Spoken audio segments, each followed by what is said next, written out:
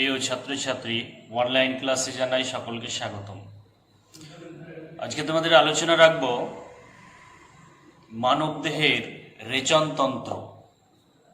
আজকের ক্লাস হচ্ছে তোমাদের এই যে মানবদেহের রেচনতন্ত্র অর্থাৎ রেচন যে টপিক বা অধ্যায়, সেখান থেকে তৃতীয় ক্লাস। আমরা আজকে যে বিষয় নিয়ে আলোচনা করব সেটা হচ্ছে, দেখো আমি বোর্ডে লিখেছি এখানে, মানবদেহের রেচনতন্ত্র, যেটাকে এক্সক্রিয়েটরি সিস্টেম ইন ম্যান। এখান থেকে আমরা প্রথমে তাহলে এই যে বিষয়টা নিয়ে আলোচনা করব সেটা হচ্ছে রেচনতন্ত্র। এর আগে তোমাদের বলেছি যে অনেকগুলি কোষগুচ্ছ যখন মিলিত হয় তখন গঠন করে একটি কলা, আর অনেকগুলি কলা যখন মিলিত হয় তখন গঠন করে অঙ্গ বা যন্ত্র। আবার অনেকগুলি অঙ্গ বা যন্ত্র যখন পরস্পর মিলিত হয় তখনই গঠন করে একটা তন্ত্র। তাহলে এই যে তন্ত্র মানবদেহের ক্ষেত্রে আজকে আমরা জানব। মানবদেহের ক্ষেত্রেই কিন্তু এরকম আরো অনেক তন্ত্র রয়েছে, যেমন সংবহন তন্ত্র, জননতন্ত্র, পৌষ্টিকতন্ত্র, এরকম বেশ কিছু তন্ত্র আছে। তার মধ্যে তোমাদের সিলেবাসে আছে সাধারণত সংবহন, পৌষ্টিক, আর আজকে আমরা যে বিষয় নিয়ে আলোচনা করব এখন মানবদেহের ক্ষেত্রে, সেটা হচ্ছে রেচনতন্ত্র অর্থাৎ এক্সক্রিয়েটরি সিস্টেম। তাহলে প্রথমে আমাদের যে বিষয় নিয়ে জানতে হবে সেটা হচ্ছে এই যে রেচনতন্ত্র। অর্থাৎ রেচনতন্ত্র গঠন হতে গেলে কোন কোন অঙ্গ থাকবে, তাহলে সেই অঙ্গগুলো আমরা জানব। প্রথমে এই যে রেচনতন্ত্র, এটা গঠন হতে গেলে যে যে অংশগুলি বা অঙ্গগুলি দরকার সেগুলি হচ্ছে বৃক্ক। এক নম্বরে আমরা বলবো বৃক্ক, বা যেটাকে আমরা কিডনি বলি, প্রত্যেককে আমরা কিডনি নামেই চিনি। তো এই কিডনি বা বৃক্ক, যেটা মানব দেহের ক্ষেত্রে একটা মানুষের শরীরে দুটো আছে। তাহলে এখানে আমরা লিখলাম দুটি। এই বৃক্ক বা কিডনি থেকে আবার নির্গত হয়েছে, আমি সেটা চিত্রের মাধ্যমে তোমাদের দেখাবো, গবিনী বলা হয়, গবিনী। গবিনীটা কি সেটাও দেখাবো। এটাও ডট ডট দিলাম, অর্থাৎ দুটো আছে। আর যেটা আছে সেটা হচ্ছে একটি মূত্রথলি আছে, আর আছে একটি মূত্র নালী। তাহলে এই যে অংশগুলি আমি লিখলাম চারটি, 1 2 3 4। বৃক্ক, বৃক্ক কটি আছে বললাম? দুটো। তারপরে সেখান থেকে নির্গত গবিনী, একটি মূত্রথলি, একটা মূত্রনালী। আমরা যদি এটাকে একটু হালকা চিত্রের মাধ্যমে দেখতে চাই তাহলে হয়তো আরো আমাদের মধ্যে ক্লিয়ার কনসেপশন আসবে যে এইরকম ভাবে যদি আমরা মানব দেহের ক্ষেত্রে কিভাবে থাকে, আমরা একটু চিত্র হালকা বুঝে নেব। এরকম ভাবে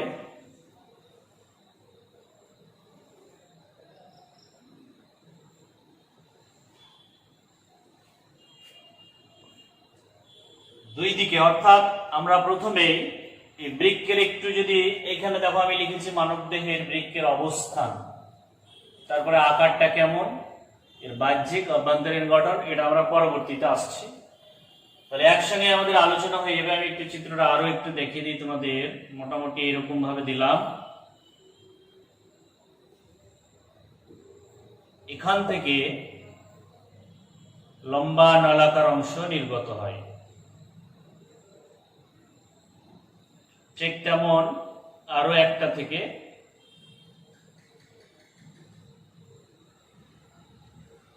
এভাবে লম্বা নলাকার অংশ নির্গত হয়। তারা এই যে জায়গায় মিলিত হয়েছে, এখানে একটা থলির মতো অংশ থাকে, আর এখান থেকে একটা লম্বা নলাকার অংশ নির্গত হয়। মোটামুটি আমরা একটা চিত্র দিলাম তোমাদেরকে বোঝানোর জন্য। তো এখান থেকে প্রথমে তাহলে এই যে, যেহেতু আমরা বলেছি বৃক্ক, গবিনী, একটি মূত্রথলি, একটা মূত্র নালী, তাহলে এই দুটো হচ্ছে দুটো বৃক্ক, এখান থেকে যে দুটো লম্বা নলাকার অংশ এটা দেখতে পাচ্ছ, এটাকে আমরা বলবো কি? গবিনী বলবো। আর মূত্রথলি, এখানে যে একটা থলির মতো অংশ আছে, এই যে জায়গাটা আমরা দেখতে পাচ্ছি, এটা হচ্ছে একটা থলির মতো অংশ, এটাকে বলবো আমরা মূত্রথলি। আর তার নিচে একটা লম্বা নলাকার অংশ, এটাকে আমরা বলবো কি? মূত্রনালী। তাহলে এটা মানুষ সহ মেরুদণ্ডী প্রাণী। তো আমরা যেহেতু এটা মানুষের ক্ষেত্রেই জানছি, তাই মানুষ দিয়েই বলবো। তো মানুষের ক্ষেত্রে এইরকম ভাবে দুটো বৃক্ক, দুটো গবিনী, মূত্রথলি, মূত্রনালী, এই যে চারটি অংশ, এরা মিলিত হয়ে যে তন্ত্র গঠন করে, সেই তন্ত্রটাকে আমরা বলবো কি? তাহলে তন্ত্রটাকে আমরা বলবো রেচন তন্ত্র। ওকে, তাহলে রেচনে সহায়ককারী অঙ্গগুলি মিলিত হয়ে, এই যে বললাম রেচনে সহায়ককারী অঙ্গগুলি, তাহলে রেচন প্রক্রিয়াতে সহায়তা করবে যে অঙ্গগুলি, তাহলে কোন কোন অঙ্গগুলি? দুটো বৃক্ক, দুটো গবিনী, একটা মূত্রথলি, একটা মূত্রনালী। এরা যখন পরস্পর মিলিত হয়ে একটা তন্ত্র গঠন করবে এবং তাদের যে নির্দিষ্ট কাজ সেটা হচ্ছে রেচন প্রক্রিয়া, সেই রেচন প্রক্রিয়ায় সহায়তা করবে, সেই তন্ত্রটাকে তখন আমরা বলবো রেচন তন্ত্র। ওকে, এবারে তাহলে আমরা আসি, এই যে প্রথমেই লিখেছি দুটো বৃক্ক, তাহলে মানব দেহের ক্ষেত্রে বৃক্ক কোথায় থাকে, আমরা অবস্থান হিসাবে কি বলবো? যেমন আমরা এখানে অবস্থান, আকার এগুলো জানবো এবার।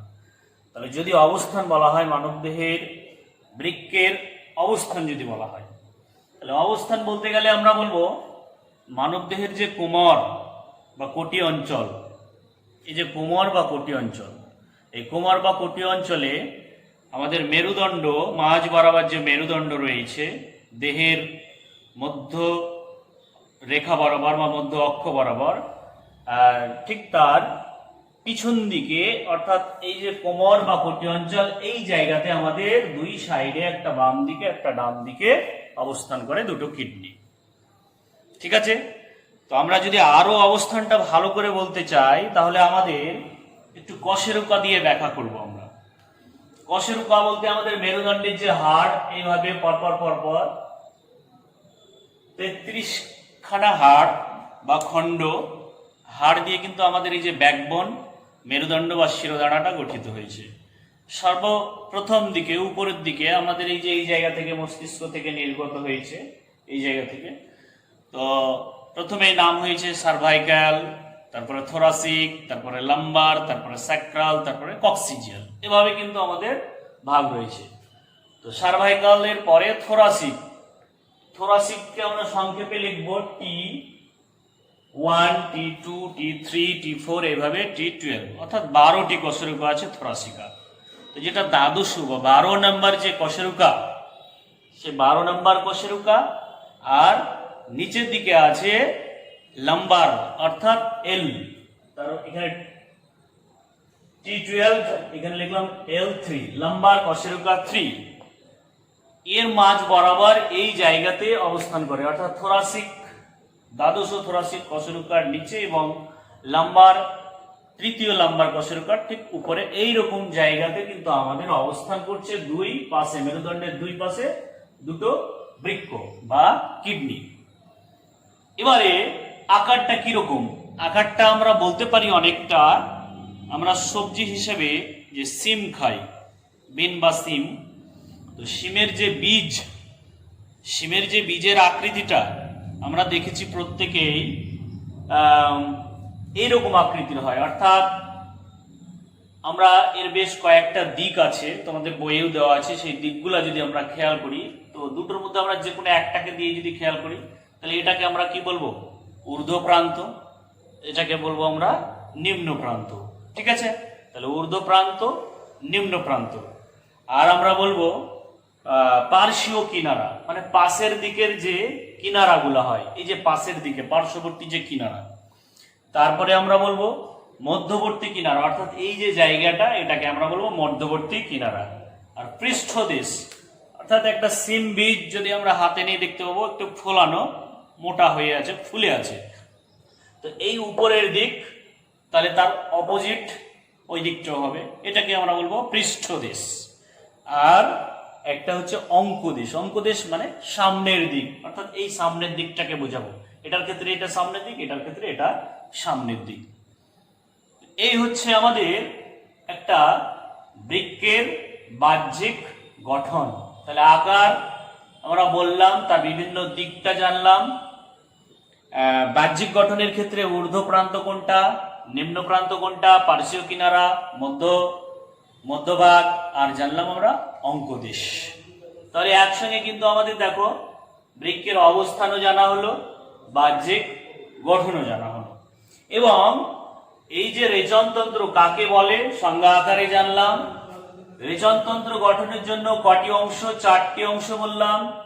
সেই 4টি অংশ কোনটা কতটা করে আছে সংখ্যায় সেটা জানলাম। যেমন বৃক্ক 2টি, গবিনী 2টি।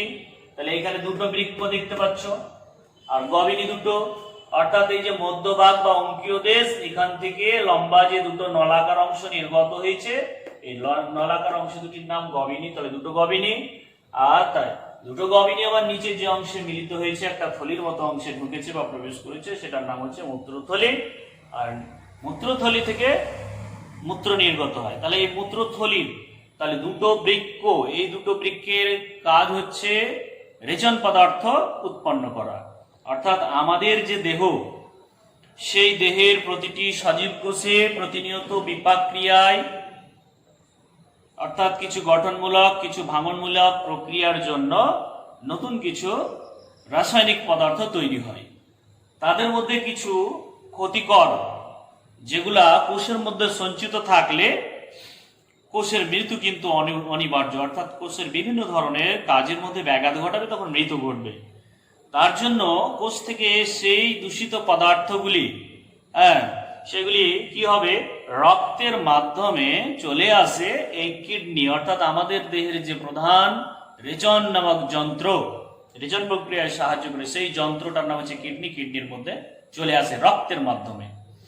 এখন এই কিডনির বা বৃক্কের গঠনগত কার্যগত একক থাকে। যেমন আমাদের জীবদেহের গঠনগত বা কার্যগত এককের নাম হচ্ছে সেল বা কোষ, ঠিক তেমনি এই বৃক্কের যে গঠনগত কার্যগত একক, তার নাম হচ্ছে আবার নেফ্রন। সেটাই কি বলবো তাহলে আমরা? নেফ্রন। এই নেফ্রন সম্পর্কে নেক্সট ক্লাসে দেওয়া হবে। আজকে শুধু জেনে রাখো যে বৃক্কের গঠনগত কার্যগত এককের নাম কি বললাম, তখন বলতে হবে নেফ্রন।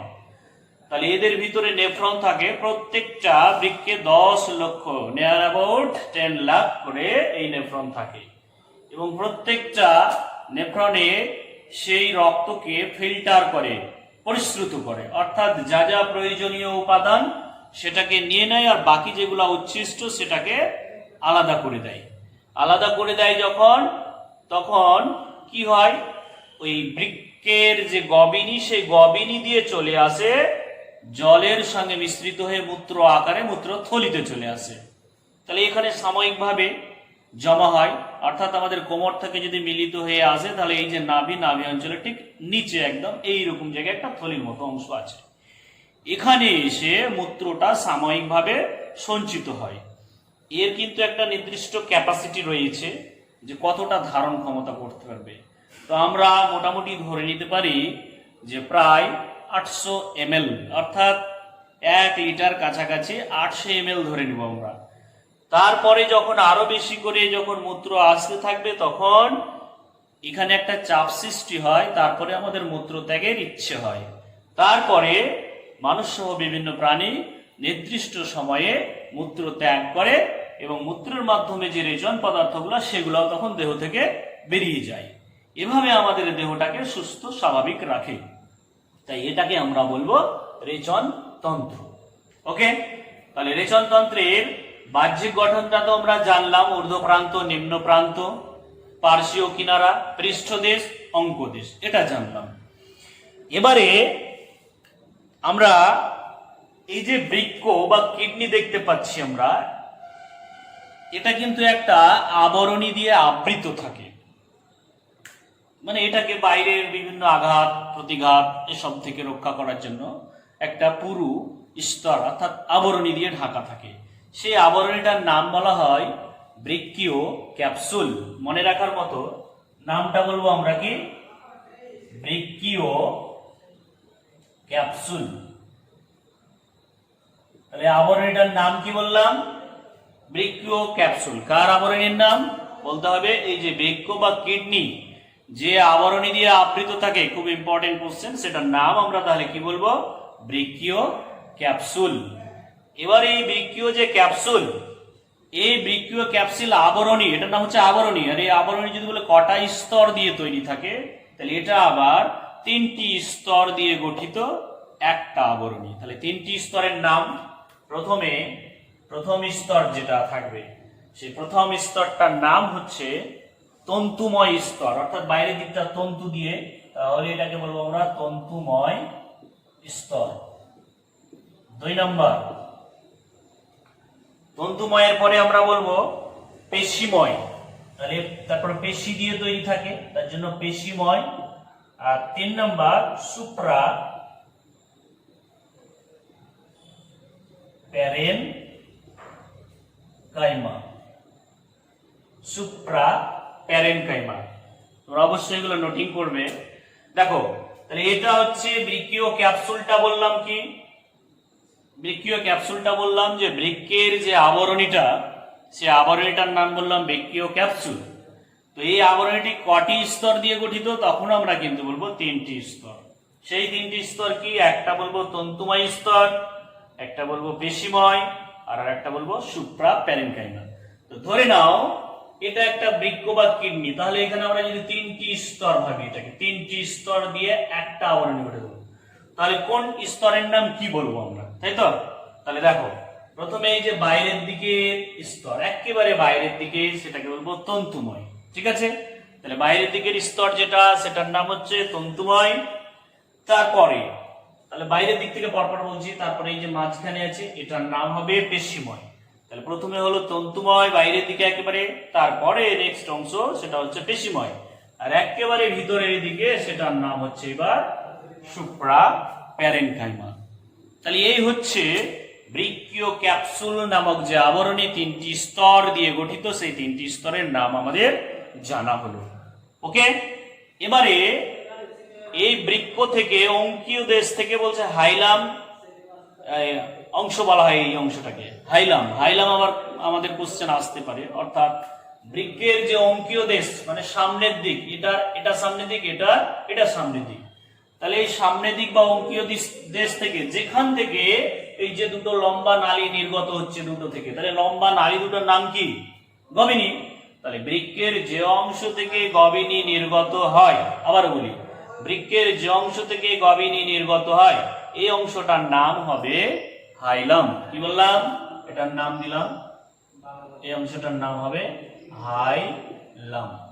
তাহলে এখান থেকে একটা কোশ্চেন, যে হাইলাম কি? তখন আমরা বলবো বৃক্কের অঙ্কীয় দেশ যেখান থেকে গবিনী নির্গত হয় তাদেরকেই বলবো আমরা, বা সেই অংশটাকে বলবো হাইলাম। ওকে, তাহলে এটা হচ্ছে একটা বৃক্কের বাহ্যিক গঠন। এখন আমরা চলে আসবো এবার যে বিষয়টা, সেটা হচ্ছে আভ্যন্তরীণ গঠনে আমরা চলে আসবো। অর্থাৎ একটা বৃক্ক বা কিডনিকে, এই যে কিডনি বা বৃক্ক, বা যেটা আমরা ধরে নিলাম সবজি হিসেবে খাই সিমের যে বীজ, সেটাকে যদি আমরা মাঝ বরাবর কাটি, যেমন আমরা একটা আপেল বা মৌসুমী মাঝ বরাবর কাটলে তার ভিতরের অংশগুলো দেখতে পাই, তো একটা কিডনিকে বা বৃক্ককে তার যদি মাঝ বরাবর কাটা হয়, তাহলে তার ভিতরের সজ্জারীতিটা কেমন, সেটা এবার আমরা একটু দেখব।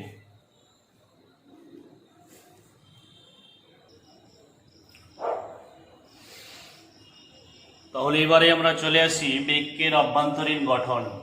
এতক্ষণ তো আমরা জানলাম বৃক্কের যে বাহ্যিক গঠন, কি কি অংশ আছে। অভ্যন্তরীণ গঠন আমরা জানবো একটা বৃক্ক বা কিডনির। দেখো, আমি এখানে একটা চিত্রের মাধ্যমে দেখিয়েছি, এটা হচ্ছে ঠিক বাহ্যিক গঠন। এবারে অভ্যন্তরীণ গঠন, অর্থাৎ এটাকে যদি মাঝ বরাবর কাটা হয়, তাহলে আমরা যে যে অংশগুলো দেখতে পাবো, সেখানে আমরা দেখতে পাবো এখানে এই যে অঙ্কীয় দেশ বৃক্কের, এটাকে বলা হয়। এই অংশ থেকে দেখো একটা লম্বা নলাকার অংশ বেরিয়েছে, এর আগেও তোমাদের দেখিয়েছি, তোমরা জানো এটার নাম বলা হয় গবিনী। তাহলে একটা বৃক্ক থেকে একটা, দুটো বৃক্ক থেকে দুটো গবিনী, তাই তো? তাহলে যে গবিনী নির্গত হচ্ছে, এই গবিনী বৃক্কের ভিতরের দিকে কি অংশ গঠন করে? এই যে অংশটা ভিতরের দিকের যে অংশ, এই জায়গাটাতে ভিতরের দিকের যে অংশ, এখানে একটা গহ্বরের ন্যায় অংশ, একটা ফাঁকা চোঙাকৃতি। আমরা যে তেল ঢালি, তেল ঢালার যে চোঙ বা পিপে, ওই রকম একটা গহ্বরের ন্যায় অংশ গঠন করে। এই গহ্বরের ন্যায় অংশটাকেই আমরা এখানে বলবো, যেটা গহ্বরের ন্যায় অংশটা ঠিক এরকম ভাবে এদিকে আবার এরকম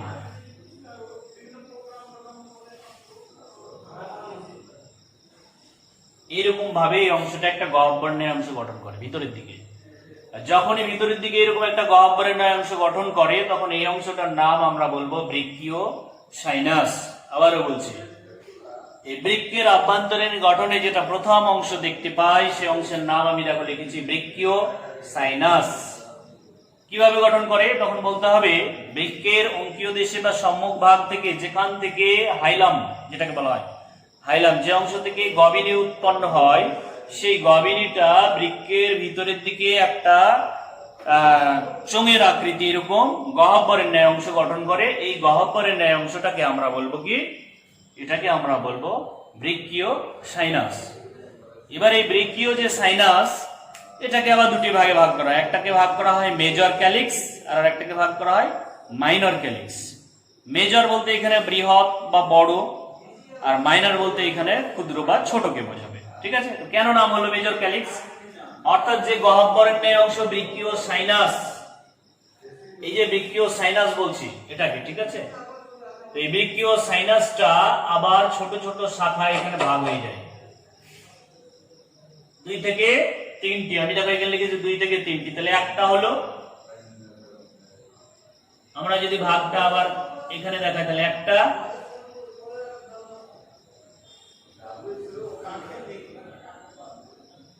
এরকম। তাহলে কটা ভাগ হলো এখানে? একটা ভাগ, দুটো ভাগ, 3টে ভাগ। ওকে, তাহলে 2 থেকে 3টি আবার শাখায় ভাগ হয়ে গেল। এই যে টোটাল গহ্বরটা ছিল অর্থাৎ বৃক্কীয় সাইনাস, সেটা আবার 2 থেকে 3টে, একটা, দুটো, 3টে। তো এই যে বড় বড় শাখাগুলি, এটার নাম হচ্ছে মেজর ক্যালিক্স। মেজর ক্যালিক্স কটা থেকে বললাম? 2 থেকে 3টি। ওকে, এবার এরা আবার ছোট ছোট শাখায় ভাগ হয়ে যায়। এটা যেমন ভাগ হয়েছে, ঠিক তেমনি এটা একটা ভাগ হয়ে গেল, এটা একটা ভাগ হয়ে গেল, এটা একটা ভাগ হয়ে যাচ্ছে, এটা একটা ভাগ হয়ে যাচ্ছে, এরকম বেশ কয়েকটি শাখাতে এরকম ভাবে ভাগ হয়ে যাচ্ছে। এরকম একটা, এরকম একটা। তো এখানে দেখো বেশ কয়েকটি আবার শাখা ভাগ হয়ে গেল। অর্থাৎ বেশ কয়েকটি বলতে কতটি হতে পারে? 7 থেকে 13। 1 2 3 4 5 6 7 8 9 10 11 12 13। অর্থাৎ 7-এর বেশি, 13-র কম, বিলো 7 আর এবং 13, অর্থাৎ 7 থেকে 13-র মধ্যে হবে। এইরকম যখন শাখায় আবার ভাগ হয়ে গেল, তখন এই ছোট ছোট শাখাগুলির নাম আবার বলবো আমরা মাইনর ক্যালিক্স। তাহলে প্রথমেই বললাম, গবিনী বৃক্কের অভ্যন্তরে একটা গহ্বরের ন্যায় অংশ গঠন করে। সেই গহ্বরের ন্যায় অংশটাকে বলবো বৃক্কীয় সাইনাস। বৃক্কীয় সাইনাসকে 2টি ভাগে ভাগ করা হয়, একটা মেজর ক্যালিক্স, একটা মাইনর ক্যালিক্স। মেজর ক্যালিক্স বলবো এই যে বৃক্কীয় সাইনাস বড় গহ্বরের ন্যায় অংশ, সেটা 2 থেকে 3টি শাখায় ভাগ হয়, তখন সেই 2 থেকে 3টি শাখাকে আমরা বলবো কি মেজর ক্যালিক্স। এই মেজর ক্যালিক্স যখন আবার ছোট ছোট শাখায় ভাগ হয়ে যাবে, অনেকগুলি শাখায়, অর্থাৎ 7 থেকে 13টি শাখায়, তখন তাদের নাম হবে মাইনর ক্যালিক্স। ওকে, তাহলে বৃক্কের আভ্যন্তরীণের প্রথম যে গঠন, সেই গঠনের অংশ বৃক্কীয় সাইনাস, সেটা সম্পর্কে আমরা জানলাম। এবারে আমরা দ্বিতীয় অংশ জানবো, সেটা হচ্ছে কর্টেক্স অঞ্চল, তারপরে আসবো মেডালা। ওকে, তো কর্টেক্স অঞ্চল যেটাকে বলা হয়, সেটা হচ্ছে বৃক্কের যে বাইরের দিক, অর্থাৎ এই যে পরিধির দিক, এই পরিধির দিকটাকে বলা হয় বৃক্কীয় কর্টেক্স। তো এই কর্টেক্স যে অঞ্চলটা, এই অঞ্চলটা কিন্তু গাঢ় লাল বর্ণের হবে। কেমন হবে বললাম? গাঢ় লাল বর্ণের। তাহলে আমি তোমাদের একটু পয়েন্ট আউট করি। এই ছোট ছোট শাখাগুলার আমরা নাম দেব যেটা, সেটা হচ্ছে মাইনর ক্যালিক্স। Minor calyx. আর বড় শাখাগুলোর নাম দেব আমরা কি? বড় শাখার নাম দেব আমরা মেজর ক্যালিক্স। আর পুরো এই যে গহ্বর অংশ, এটার নাম হচ্ছে আমরা দেব ব্রেকিওসাইনাস। ব্রেকিওসাইনাস। তাহলে এই তিনটি অংশ আমরা জানলাম। এবারে চলে আসছে নেক্সট কর্টেক্স, অর্থাৎ এই বৃক্কের যে পরিধির দিক, বাইরের দিক, এই বাইরের দিকটাকে বলা হয় কর্টেক্স অঞ্চল।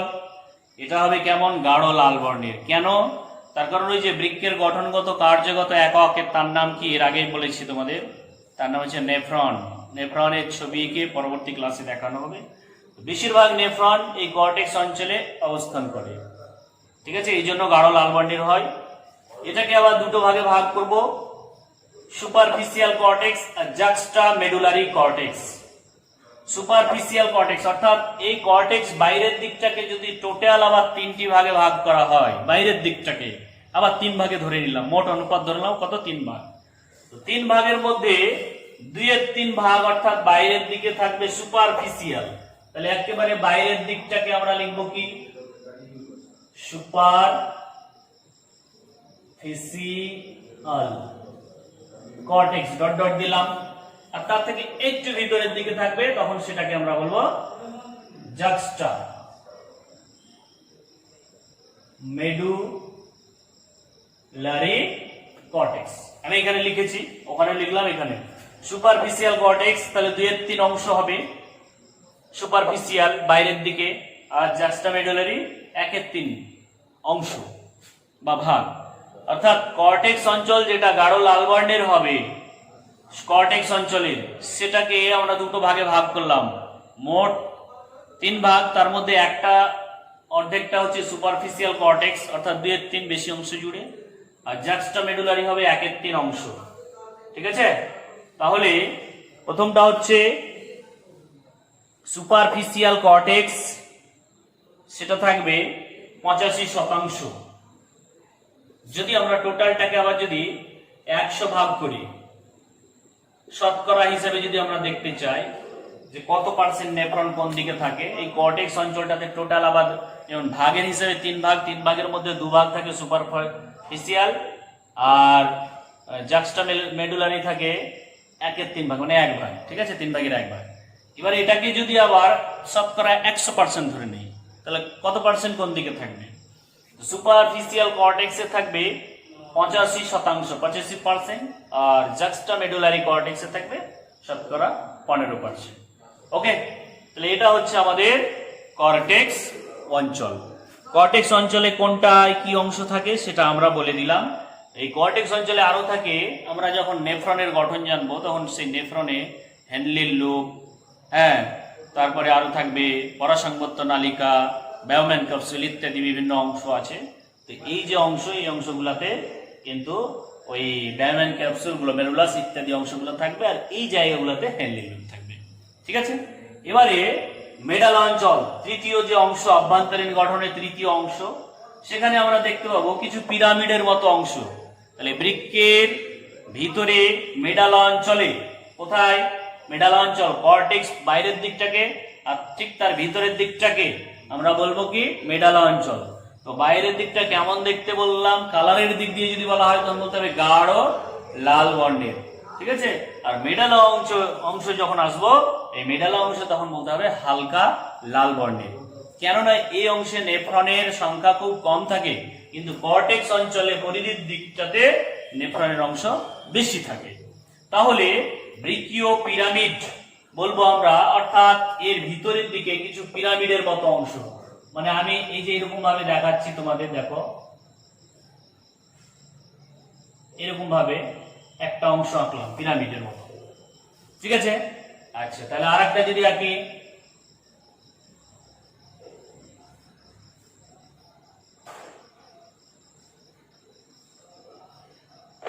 দুটো হলো, পরপর আমরা এরকম আরো দেখতে পাবো।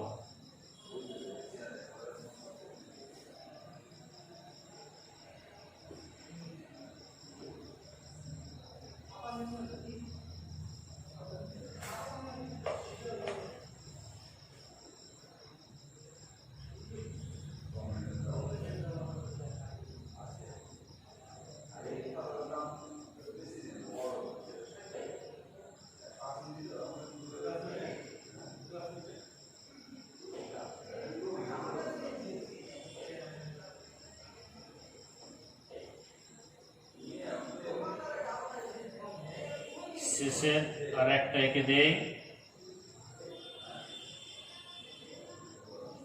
এই যে বেশ কয়েকটা দেখো আমি এখানে পিরামিডের মতো অংশ এঁকেছি ভিতরের দিকে, তাই তো? তাহলে বৃক্কের যে মেডালা অঞ্চল, বাইরের দিকটাকে বলা হয় কর্টেক্স, ভিতরের দিকটাকে বলা হয় মেডালা। হালকা লাল বর্ণের এই মেডালা অংশে বেশ কিছু পিরামিডের মতো অংশ দেখা যায়, পেশি দিয়ে তৈরি। সেটাকে তখন আমরা বলবো বৃক্কীয় পিরামিড। কি বলবো? বৃক্কীয় পিরামিড বলবো। এই বৃক্কীয় পিরামিডের যেটা সরু ভাগ, সরু অংশ, সামনের দিকটা দেখো সরু হয়ে আছে প্রত্যেকটা, আর ওই দিকটা চওড়া হয়ে আছে। কর্টেক্সের দিকটা চওড়া, মিডলের দিকটা সরু হয়ে আছে। যেটা এই সরু অংশ এটাকে কি বলেছিলাম আমরা? বৃক্কীয় সাইনাস। একটা মেজর ক্যালিক্স, একটা মাইনর ক্যালিক্সে বিভক্ত ছিল। তো এই সরু অংশটা কোন সাইডে থাকে তখন আমরা বলবো বৃক্কীয় সাইনাসের দিকে, অর্থাৎ যেটা মেজর ক্যালিক্স মাইনর ক্যালিক্সে বিভক্ত হয়েছে সেই দিকটাতে থাকে। তো এই সরু অগ্রভাগটার নাম আবার আমরা বলবো প্যাপিলা বা পিডকা। তাহলে প্রথমে এটার নাম আমরা দিয়ে দিচ্ছি বৃক্কীয় পিরামিড। এটাকে আমরা বলবো পিরামিডের মতো অংশকে বৃক্কীয় পিরামিড। ওকে। আর বৃক্কীয় পিরামিডের সামনের দিক যেটা সরু অংশ হয়ে আছে, কোন দিকে? বৃক্কীয় সাইনাসের দিকে। সেই সরু অগ্রভাগের নাম হচ্ছে প্যাপিলা বা পিডকা। তাহলে এটা থেকে আমি এটাতেও করতে পারি। এখানে লিখবো আমরা প্যাপিলা বা পিডকা। তাহলে প্যাপিলা বা পিডকা কি? তাহলে আমরা বৃক্কের যে পিরামিডের মতো পেশিময় অংশ থাকে সেটাকে বলা হয় পিডকা। আমরা আরো একটা জায়গায় এই প্যাপিলা বা পিডকা দেখতে পাই, সেটা হচ্ছে আমাদের জিভে যে পেশি আছে সেখানেও প্যাপিলা বা পিডকা দেখতে পাওয়া যায়। ঠিক আছে? তো এই যে প্যাপিলা বা পিডকা পেশি বৃক্কীয় পিরামিডে দেখা যায়, তার অগ্রভাগ যেটা সরু অংশ সেখানে কিন্তু আমরা দেখতে পাই। আর এই অগ্রভাগ সরু অংশ সেখানে কিন্তু এরকম সরু সরু ছিদ্র থাকে, এরকম ছিদ্র থাকে। এই ছিদ্রটাকে আবার আমরা বলবো বেলিনির ছিদ্র। তাহলে এই ছিদ্রটার এবার আমরা নাম দেব এখানে বেলিনির ছিদ্র।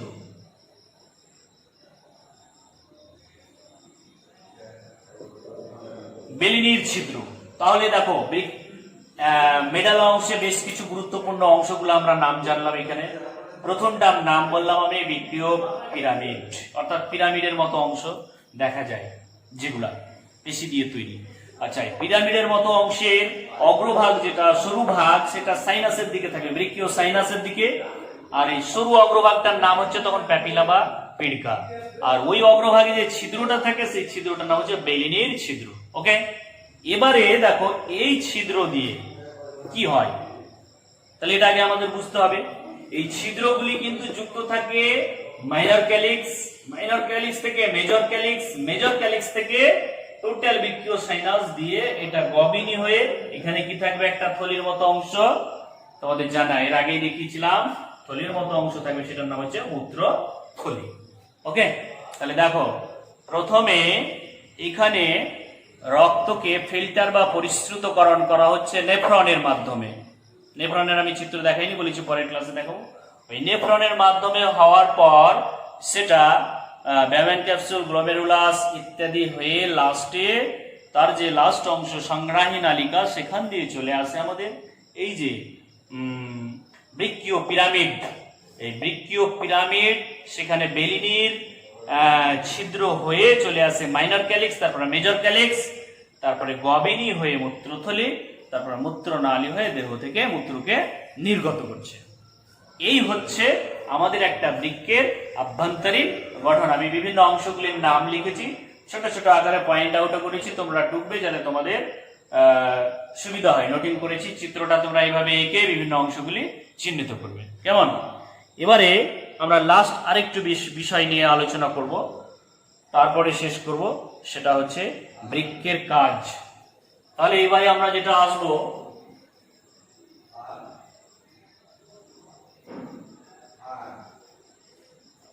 বৃক্কের কাজ। পরবর্তী বৃক্কের কাজ বা ফাংশন অফ কিডনি। তাহলে বৃক্কের কাজ হিসেবে আমরা যে অংশগুলি দেখতে পাই, প্রথমেই আমরা বলবো 1 নাম্বার যে বৃক্ক আমাদের দেহে বিপাক ক্রিয়ায় উৎপন্ন দূষিত পদার্থগুলি দেহ থেকে নিষ্কাশিত করে দেহকে সুস্থ ও স্বাভাবিক রাখে। এছাড়া 2 নাম্বার আমরা বলতে পারি আমাদের দেহে যে হাইড্রোজেন আয়নের তীব্রতা এবং তড়িৎ বিশ্লেষ্য এটা যদি ঠিকঠাক না থাকে তাহলে আমাদের নার্ভাস সিস্টেমও কিন্তু ঠিকঠাক কাজ করবে না, তাহলে এর সাম্যাবস্থা রক্ষা করে। ঠিক আছে, আচ্ছা। আর এখানে আর একটা খুব গুরুত্বপূর্ণ পয়েন্ট, সেটা হচ্ছে রেনিন নামক, রেনিন রেনিন এটা হচ্ছে এক ধরনের উৎসেচক। এই যে রেনিন নামক উৎসেচক এই কিডনি থেকে ক্ষরিত করে। এটা যদিও বা উৎসেচক, তবে এটা অনেকটা হরমোনের ভূমিকায় কাজ করে। কোন উৎসেচক? রেনিন। কোথা থেকে ক্ষরিত হয়? বলতে হবে কিডনি বা বৃক্ক থেকে। এর কাজ কি? এর কাজ হচ্ছে জরুরি অবস্থায়, যেমন ক্লাস 8-এ তোমরা শিখেছো, অষ্টম শ্রেণীর দিকে বা নিচু ক্লাসে বা হরমোন চ্যাপ্টারে তোমরা শিখবে যে অ্যাড্রিনালিন হরমোন জরুরি অবস্থায় বা আপাতকালীন বিভিন্ন রাগ, ক্রোধ বা ভয় এই সমস্ত অবস্থায় ওই অ্যাড্রিনালিন হরমোন ক্ষরিত হয়ে আমাদের দেহকে সুস্থ স্বাভাবিক অবস্থায় আবার ফিরিয়ে নিয়ে আসে। হ্যাঁ, তো এই জন্য একে আপাতকালীন বা জরুরিকালীন বলা হয়। ঠিক তেমনি এই রেনিন নামক উৎসেচক জরুরি অবস্থায় ক্ষরিত হয়ে আমাদের দেহকে স্বাভাবিক অবস্থায় ফেরত নিয়ে আসে। এই রেনিনের সঙ্গে আর একটা আমি কিছু রিলেটেড আলোচনা করব, তার নাম হচ্ছে রেননিন। এখানেও তাকে লিখছি আমি রেন নিন। এটা দেখো বলেছি রেনিন, আর এটা বললাম রেননিন। এটা ক্ষরিত হয় আমাদের কোথা থেকে? আমাদের দেহ থেকেই, মানব দেহ থেকে। সেটা হচ্ছে পাকস্থলী। পাকস্থলীর যেটা পেপটিক কোষ, পেপটিক কোষ, যে কোষগুলা প্রোটিন পাচনে সহায়তা করে। তাহলে কোথায় বললাম আমি? দেখো এখানে দুটো বিষয় খুব গুরুত্বপূর্ণ, হয়তো পার্থক্য আসতে পারে, রেনিন বা রেননিন। রেনিন হচ্ছে বলতে হবে আমাদের এই কিডনি বা বৃক্ক থেকে ক্ষরিত একটা উৎসেচক, যেটা অনেকটা হরমোনের মতোই কাজ করে। কি কাজ? বলতে হবে জরুরি অবস্থায় ক্রিয়া করে, দেহকে স্বাভাবিক অবস্থায় ফিরিয়ে আনে। আচ্ছা, আর রেননিন কি? রেননিন হচ্ছে মানব দেহের স্টোম্যাক বা পাকস্থলী, সেখান থেকে ক্ষরিত এক ধরনের উৎসেচক, যেটা কি কাজ করে? প্রোটিন পরিপাকে সহায়তা করে। তাহলে এটা এই উৎসেচক জরুরি অবস্থায় বললাম, আর এটা প্রোটিন পাচনে সহায়তা করে। তো এটাও আসছে আমাদের বৃক্কের কাজের মধ্যেই, যেহেতু রেনিন হরমোন আছে। আচ্ছা, আর বলবো আমরা আরো যেটা কাজ করে বৃক্ক, সেটা হচ্ছে এরিথ্রোপয়েটিন সৃষ্টি করে। 3 নম্বর এরিথ্রোপয়েটিন।